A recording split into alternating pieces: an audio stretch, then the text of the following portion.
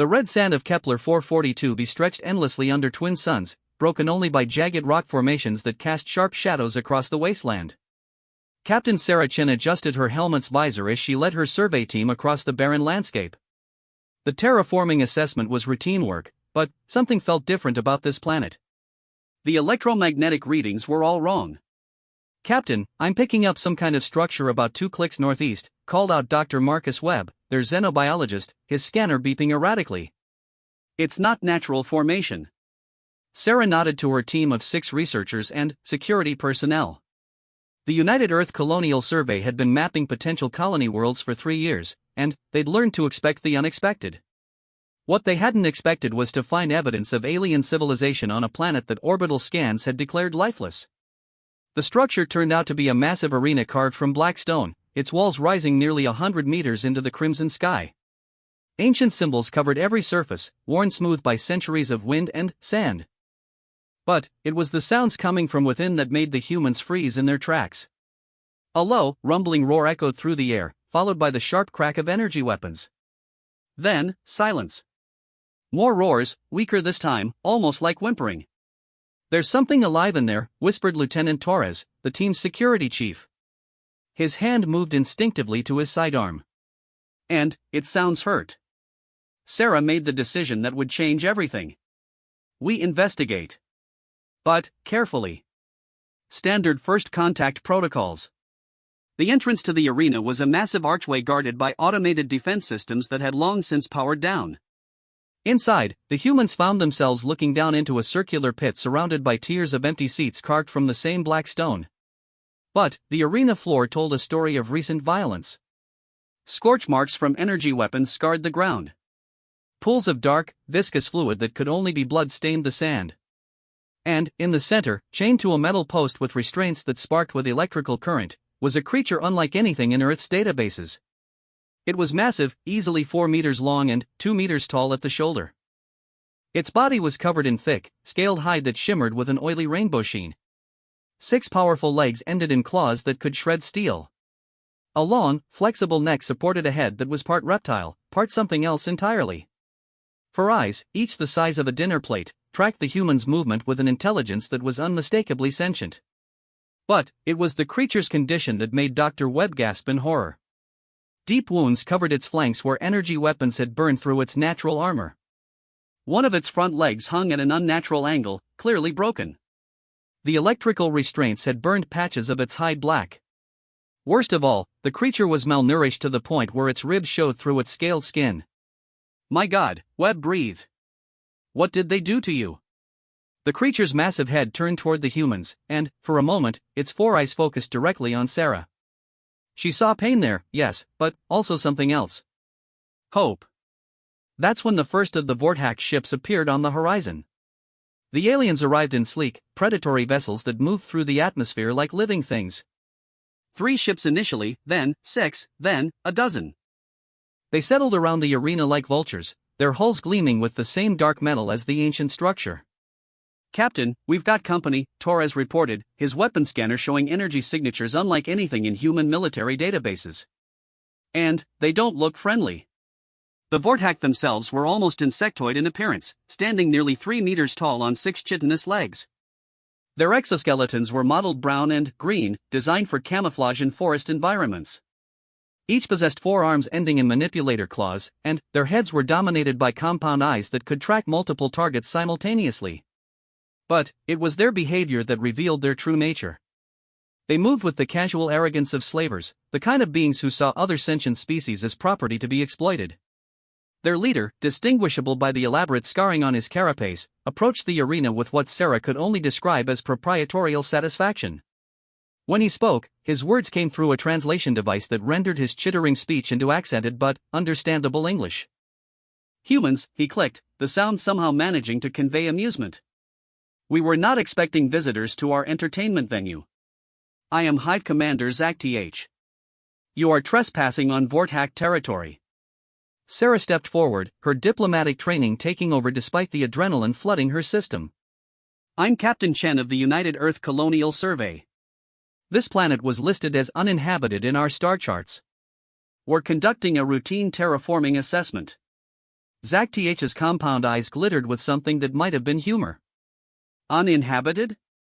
Perhaps by your standards. We use worlds like this for recreation. The beast you see before you is a Corythian, one of the finest battle creatures in this sector. It has provided us with considerable entertainment over the years. The creature in the arena let out another low moan, and Sarah felt something twist in her stomach. Entertainment? Battle sports, Zach Th explained cheerfully. The Corythians are naturally aggressive, perfectly suited for combat. This particular specimen has survived 47 matches. Quite remarkable, really. Though I fear its usefulness is coming to an end. Age and injury, you understand. Dr. Webb couldn't contain himself. You're forcing a sentient being to fight for your amusement? That's slavery. Torture. The Vortak commander's antennae twitched in what the translation software interpreted as laughter. Sentient? Doctor, I believe you misunderstand. The Corythians are animals. Dangerous, yes. Intelligent enough to be trained, certainly. But hardly sentient in any meaningful sense. But, as Zach Th spoke, Sarah watched the creature in the arena. Its four eyes tracked their conversation with obvious understanding. When the Vortak commander gestured dismissively in its direction, the creature's head lowered in what could only be described as shame. If you'll excuse us, Zach Th continued, we have come to collect our property. The beast will fight once more tonight, though I expect it will finally succumb to its injuries. A pity, but all entertainment must eventually come to an end. More Vortak soldiers descended into the arena, carrying neural prodders and restraint devices. The creature tried to back away as much as its chains allowed, but there was nowhere to go.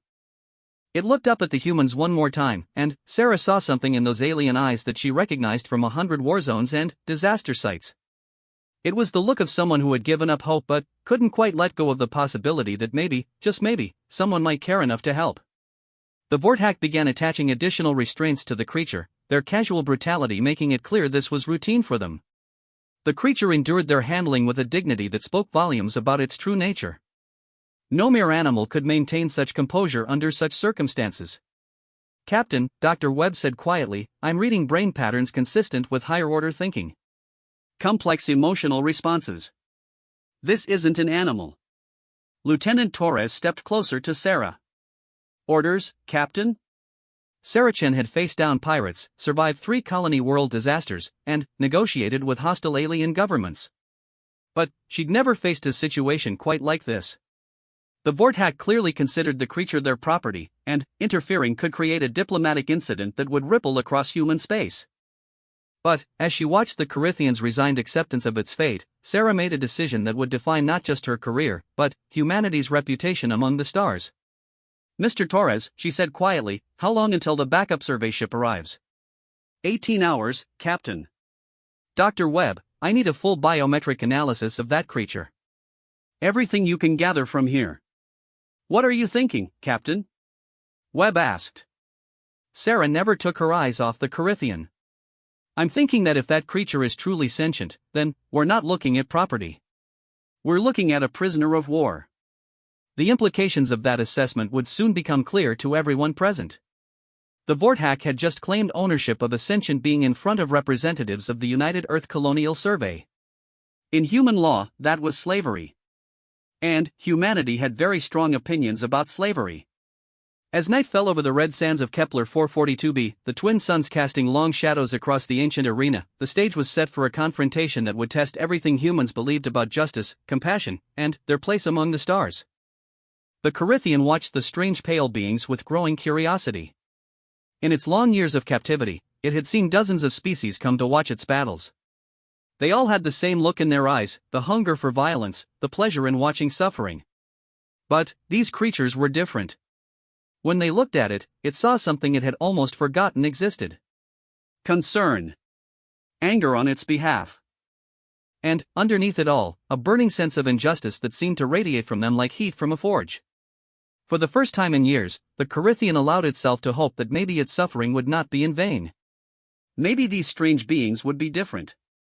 Maybe they would prove that not all species in the galaxy had forgotten what mercy meant.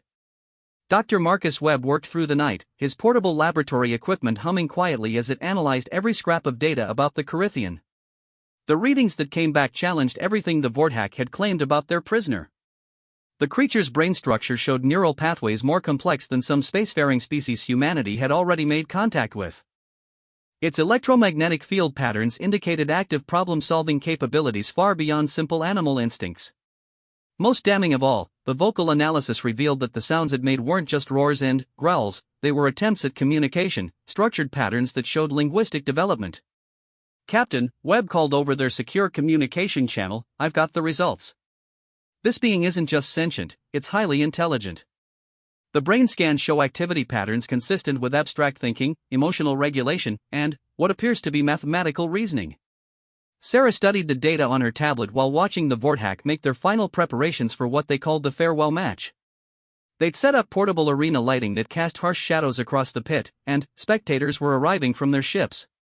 Not just Vorthak, she counted at least 4 other alien species taking their seats in the ancient stone bleachers. "There's more," Webb continued. "I'm detecting signs of severe psychological trauma. PTSD-like patterns, depression indicators, learned helplessness responses. This creature has been systematically broken down over years of forced combat." Torres joined their conversation, his security assessment complete. "I count 43 armed Vorthak, plus maybe 20 more aliens. Their weapons are energy-based, similar output to our standard infantry rifles but different frequency. My team could probably handle a straight fight, but not without casualties." Sarah weighed their options. Direct confrontation was possible but would likely result in deaths on both sides. The survey ship wasn't equipped for major combat operations, and starting a shooting war over an alien creature could have massive diplomatic consequences. But then, she remembered her grandfather's stories about the liberation of the concentration camps, about the moment when human soldiers saw the true extent of institutionalized cruelty and decided that some lines could never be crossed. "I need to speak with the Corythian," Sarah announced. "Captain?" Torres looked confused. "How? We don't have translation protocols for its language." Dr. Webb detected linguistic patterns. "Maybe it's learned some galactic standard during its captivity. And if it's as intelligent as the scans suggest, it might understand more than it can speak." Against standard first contact protocols, Sarah made her way down into the arena. The Vorthak guards watched her with amusement, clearly not seeing her as a threat to their massive prisoner. The Corythian raised its great head as she approached, all 4 eyes focusing on her with laser intensity. "Can you understand me?" Sarah asked quietly. The creature's response was immediate. It nodded, a distinctly human-like gesture that sent chills down Sarah's spine. Then, it began to speak, its voice a low rumble that nonetheless carried clear emotional weight. "Humans," it said in heavily accented but unmistakable galactic standard. "I have heard stories. You fight slavery. You protect weak." Sarah's heart hammered against her ribs. This wasn't just communication, it was a plea for help based on humanity's reputation across the galaxy. "What's your name?" she asked. "Corythians do not use names as humans do. I was. Hunting spirit of the deep forest. Now I am just prisoner. Just beast for entertainment." The intelligence in its voice was undeniable. More than that, Sarah could hear the dignity that survived despite years of degradation. This was a person, not an animal. "How long have you been here?" 7 of your years. Taken from my world during mating season. Never saw my younglings born." The creature's voice carried a weight of loss that needed no translation. Sarah felt anger building in her chest like a physical force. "What can you tell me about your people? Your home world?" Corythia was beautiful. Forests that touched the sky. Rivers that sang. My people were peaceful. We studied the patterns of life, created art from living crystal, solved disputes through meditation competitions. The creature's eyes seemed to focus on something far away. Vorthak came with slave ships. Took strongest fighters. Left rest to die. The pieces clicked into place for Sarah. This wasn't just individual cruelty, it was systematic genocide. The Vorthak had destroyed an entire civilization to supply their entertainment industry. Listen to me carefully, Sarah said, dropping her voice to barely above a whisper. My team has a ship. We're going to get you out of here. Impossible, the Corythian replied sadly. These chains are quantum locked to my genetic signature. Remove them without proper codes, and they will kill me instantly. Even if you could free me, where would I go? Corythia is ash. My people are scattered across a dozen slave worlds. Sarah's mind raced through possibilities. The chains were clearly advanced technology, beyond human ability to safely remove. But there might be another way. What if we could turn this situation around, she asked. What if instead of trying to sneak you out, we made them let you go? The creature's 4 eyes blinked in sequence, a gesture Webb's linguistic analysis had identified as confusion. I do not understand. The Vorthack claim you're just an animal. But, if we could prove to their audience that you're sentient, that you've been fighting as a slave rather than a beast, how would that affect their entertainment business? Understanding dawned in the Corythian's eyes. Many species in audience are members of Galactic Coalition. Coalition law forbids slavery, forbids forced combat of sentience. If they witness proof of my intelligence. Exactly. The Vorthack would face economic sanctions, possible military intervention. Their whole operation would collapse. But, how to prove? They will never allow fair test of my intelligence. Sarah smiled grimly. Leave that to us. Humans are very good at making trouble when we need to. She spent the next hour working out details with Hunting Spirit of the Deep Forest. The Corythian's knowledge of arena protocols and Vorthack psychology proved invaluable. More importantly, Sarah learned that her new ally possessed capabilities that his captors had never suspected. They think me simple because I do not speak unless forced, he explained. They see only my physical strength, not my mental abilities. This has been my protection and my curse. As dawn broke over the arena, Sarah returned to her team with a plan that was equal parts desperate and inspired. It would require perfect timing, significant risk, and a healthy dose of human stubbornness. But, if it worked, they might not only save one life, they might deal a serious blow to an entire industry built on suffering. You want to do what? Torres asked when she finished explaining. We're going to turn their entertainment into a courtroom, Sarah said firmly. And, we're going to put slavery itself on trial. The plan required careful preparation.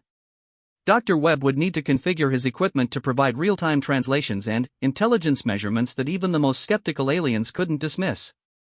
Torres would position his team to protect their equipment and provide backup if things went wrong. And Sarah would need to become something she'd never been before, a prosecutor in an interstellar court of public opinion. But, first, they had to survive the night's entertainment. Because Hive Commander Zach Th had announced that the farewell match would be special, a battle royale against 3 of their finest combat drones, designed to provide maximum spectacle as their aging gladiator finally met his end. The Vorthack didn't know it yet, but they were about to discover that humans had very different ideas about what made for good entertainment. As the second day on Kepler 442b dawned, Sarah Chen prepared to bet everything on the hope that justice could triumph over profit, and that intelligence could defeat brutality. The Corythian had survived 7 years of forced combat. Now it would face its greatest challenge yet, proving to a galaxy of spectators that some lines should never be crossed, and that freedom was worth fighting for.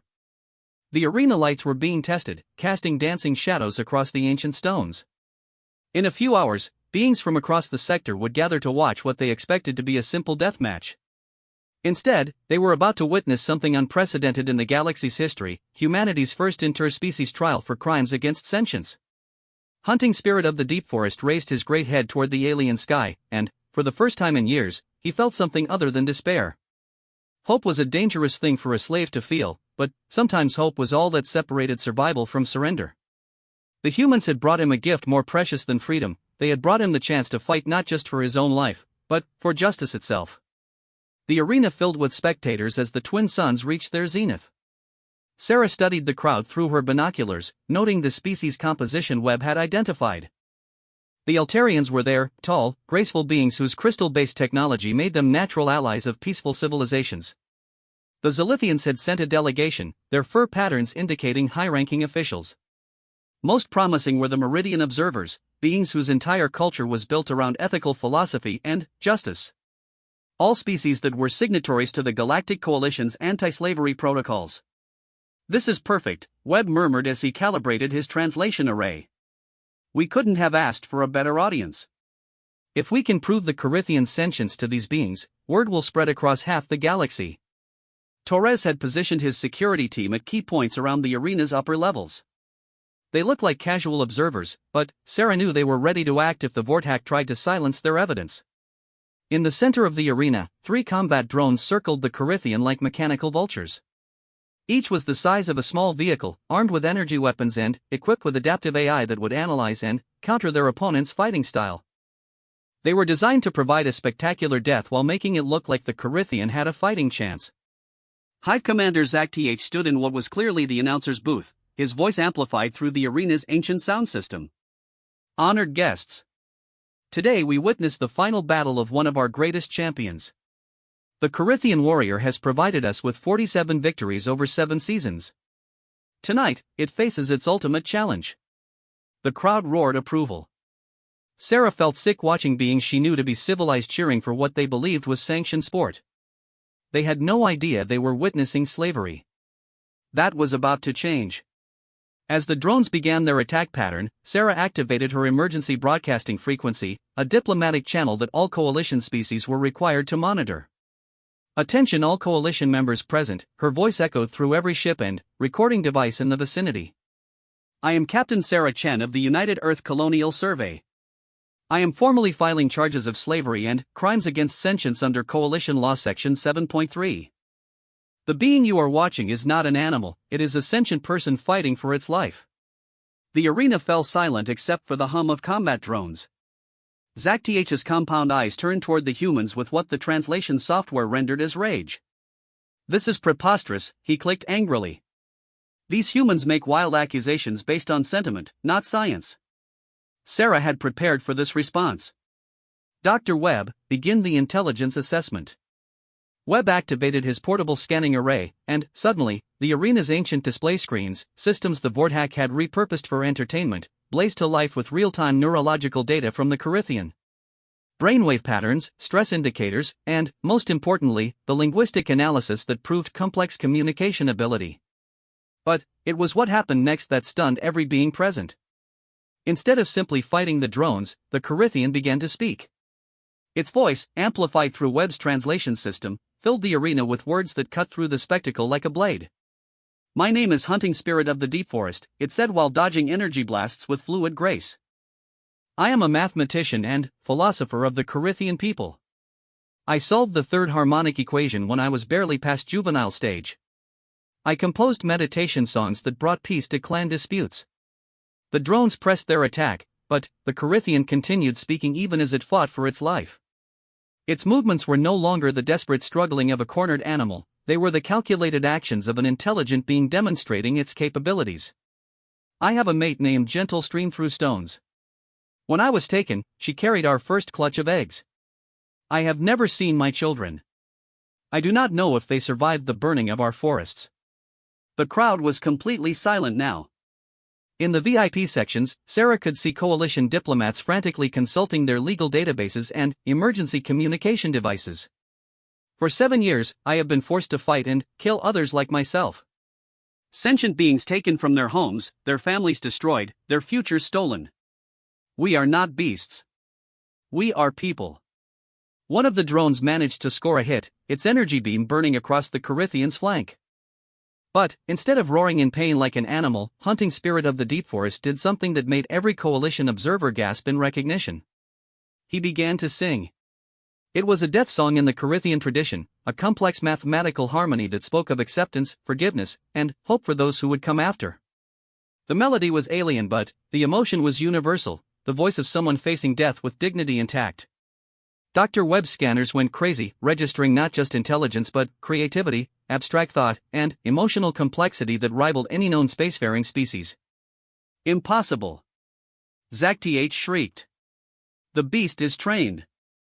Programmed responses." But his protests were drowned out by something unprecedented in the arena's history, the sound of Coalition observers rising from their seats and demanding immediate intervention. The Altarian delegation activated their emergency beacon, calling for Coalition enforcement vessels. the Zilithians began broadcasting to their home world. Most significantly, the Meridian philosophers activated something Sarah had only heard rumors about, a moral emergency protocol that required immediate action to prevent crimes against sentience. The battle in the arena suddenly became secondary to the political earthquake happening in the stands.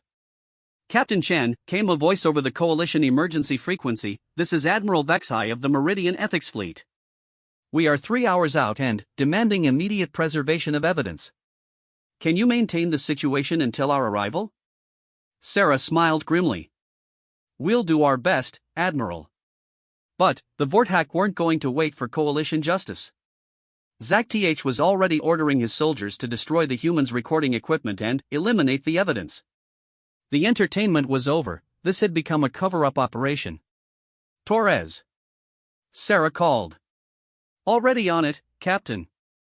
The security team revealed their true positions and capabilities as energy weapon fire erupted around the arena. But they weren't the only ones fighting back. In the arena itself, Hunting Spirit of the Deep Forest did something his captors had never seen before. Instead of simply defending himself, he went on the offensive against the combat drones with a tactical brilliance that spoke of military training and strategic thinking. "My people were peaceful," his voice continued over the sounds of battle, "but we were not helpless. I was a guardian mathematician, trained to protect our cities from predators. Watch me demonstrate the combat sequences of the seventh spiral." What followed was a display of martial arts that blended advanced mathematics with physical prowess. The Corithian moved through forms that were clearly developed for beings of his species, techniques that used leverage, timing, and precision to overcome superior firepower. Within minutes, all 3 combat drones were reduced to smoking wreckage. The arena erupted in chaos. Coalition observers were demanding explanations from the Vorthak. Hive Commander ZACTH was screaming orders to his soldiers. And, in the center of it all, Hunting Spirit of the Deep Forest stood chained but undefeated, his 4 eyes scanning the crowd with an intelligence that could no longer be denied. "Dr. Webb," Sarah called over the commotion, "tell me you got all of that recorded." "Every second, Captain." "Brain scans, behavioral analysis, linguistic patterns, tactical demonstrations, we have enough evidence to convict a dozen slave operations." But they weren't safe yet. Vorthak soldiers were moving to secure the arena and eliminate witnesses. The humans had exposed the truth, but now they had to survive long enough for help to arrive. That's when Hunting Spirit of the Deep Forest made one final demonstration of his intelligence. "Captain Chen," he called out. "The arena control systems are in the booth above. Vorthak technology uses electromagnetic pulse keys. If you can overload the main power coupling, it will release all restraint systems." Sarah looked at Torres, who nodded grimly. It was a desperate plan, but it was the only chance they had. "Webb, can you configure your scanner array as an electromagnetic pulse generator?" "Theoretically, yes, but it would burn out all our equipment." "Do it." As energy weapon fire intensified around them, Dr. Webb worked frantically to reconfigure his instruments. Torres and his team fought to buy them time while Coalition observers transmitted evidence to their fleets and demanded immediate intervention. In the arena, Hunting Spirit of the Deep Forest waited with the patience of someone who had learned to endure.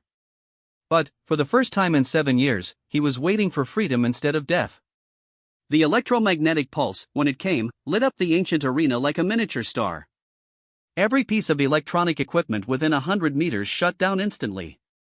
The quantum locks on the Corithians' restraints sparked once and went dark.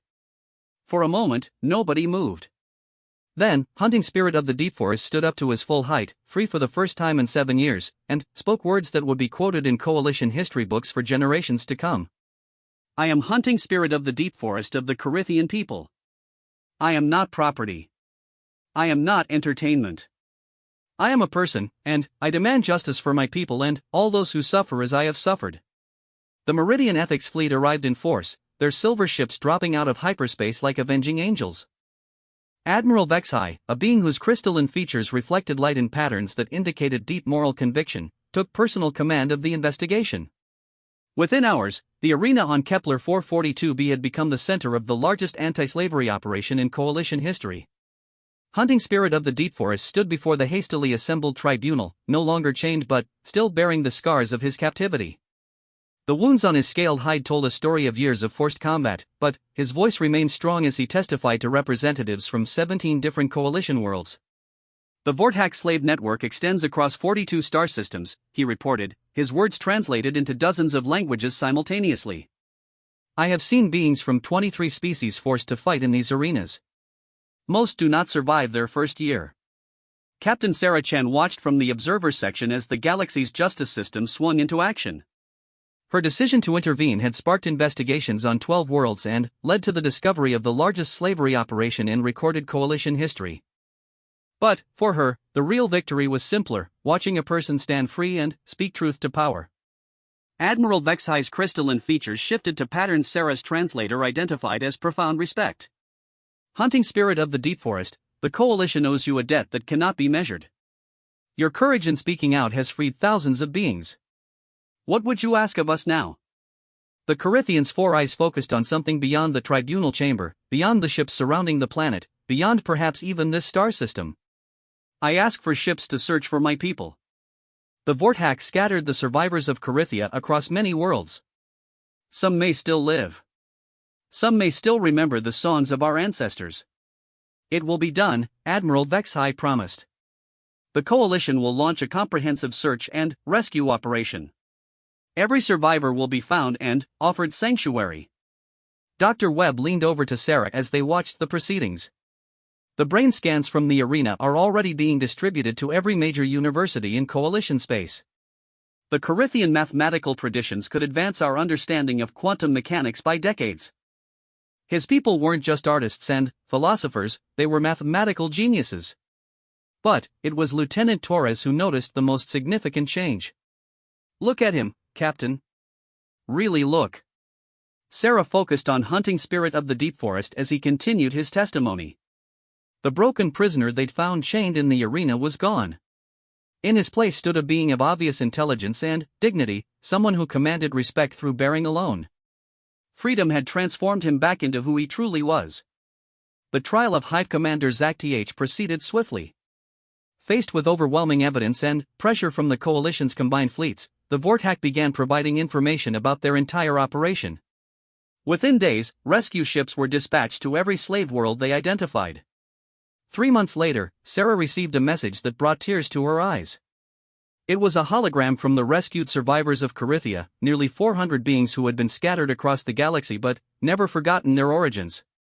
They had established a new colony world and begun the slow process of rebuilding their civilization. At the center of the hologram stood Hunting Spirit of the Deep Forest, but he was no longer alone. Next to him was a smaller Corithian whose movements spoke of deep affection, gentle stream through stones, his mate, found alive on a mining colony 3 systems away. And, around them were 6 juvenile Corithians, the children he had never seen but who had grown up hearing stories of their father's courage. Captain Chan, his familiar voice spoke from the hologram, I wanted you to see what your courage made possible. My children know the story of the humans who risked everything to save a stranger. They are learning to sing the songs our ancestors taught us, but they are also learning new songs, songs about justice, about courage, and about the bonds that connect all thinking beings across the stars.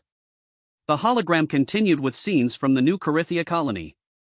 Mathematical gardens where living crystal grew in patterns that solved complex equations. Young Corithians learning both traditional meditation techniques and modern starship navigation. Most moving of all, a memorial garden where the names of those lost in the Vortak raids were preserved in crystalline formations that would endure for millennia. But the message wasn't finished. As the hologram shifted, Sarah found herself looking at something unprecedented in galactic history, a joint human Corithian research station where beings from both species worked together on projects that combined human engineering with Corithian mathematical intuition.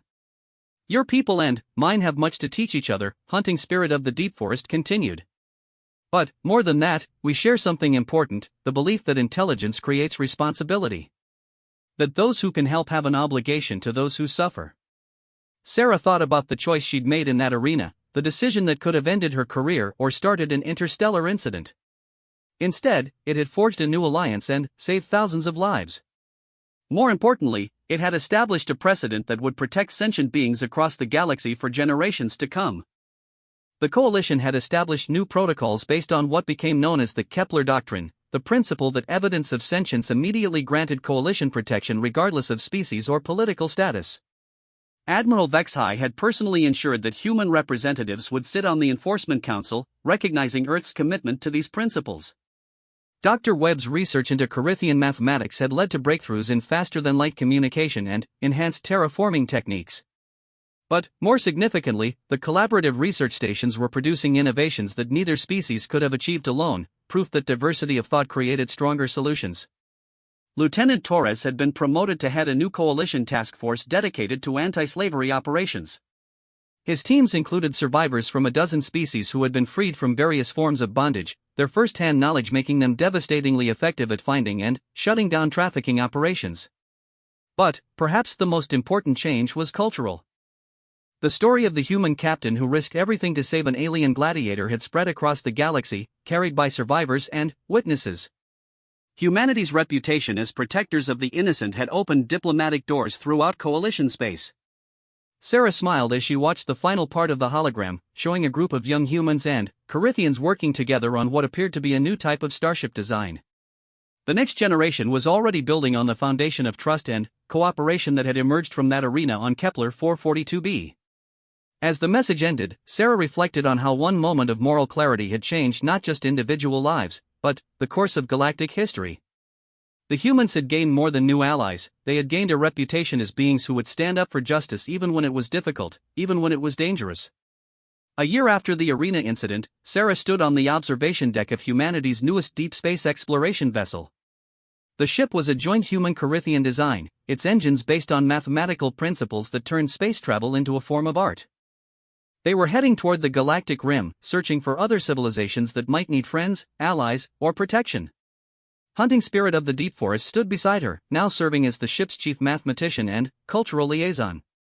His scars had faded but never completely disappeared, reminders of what they had all overcome together. "Captain," he said quietly, "I have been thinking about the moment you decided to help me. You knew nothing about my people, nothing about our capabilities or our culture. You helped simply because it was right." Sarah nodded, watching the stars wheel by as they traveled toward unknown worlds. "My grandfather used to say that the measure of a civilization isn't how it treats its friends, but how it treats strangers who can't defend themselves." A wise saying. My people have a similar concept, that intelligence without compassion is not intelligence at all, merely clever brutality.